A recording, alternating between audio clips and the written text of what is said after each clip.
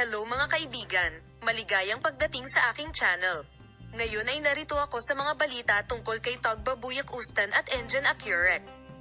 Lahat ng detalye ng punto kung saan ang desisyon ni Tagbabuyak Ustan ay nagdulot ng malupit na reaksyon ni Engin Akyurek ay makikita sa aking video. Bago magpatuloy sa aking video, huwag kalimutang mag-subscribe sa aking channel, ibahagi ang aking video, i-like ito at ibahagi ang iyong mga saloobin sa amin sa seksyon ng mga komento. Ngayon ay lumipat tayo sa mga detalye ng aming balita. Oo, aking mahal na mga taga-subaybay, ang Istanbul's favorite magazine World ay muling nayanig ng isang nakagigimbal na pangyayari.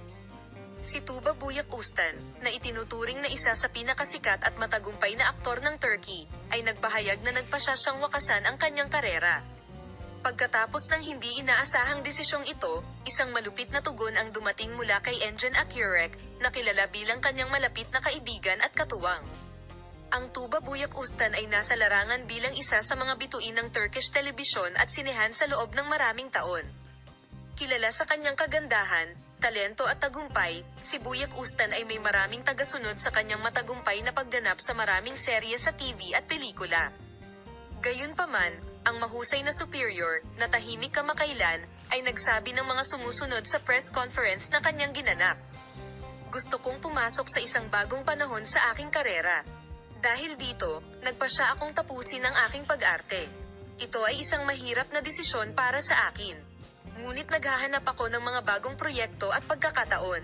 Ang pahayag na ito ni Tugbabuyak Ustan ay lumikha ng isang malaking sorpresa sa mundo ng magazine. Maraming tagahanga at industriya ang nahirapang gumawa ng mga profesional na desisyon. Ang katotohanan na ang kanyang dakilang superior ay gumawa ng ganoong desisyon sa tuktok ng kanyang karera ay nagulat sa maraming tao. Gayunpaman, marahil ang pinakamasakit na reaksyon ay ibinigay ni Yücel mula kay Engin Akyurek, malapit na kaibigan at kasosyo sa negosyo ni Tugbabuyak Ustan, at sinabi ang sumusunod. Nahihirapan talaga akong intindihin ito. Ang desisyon ni Tugba, nakatrabaho namin siya sa maraming proyekto at malaki ang paggalang ko sa kanyang talento, ngunit lubos kong ikinalulungkot ang desisyong ito.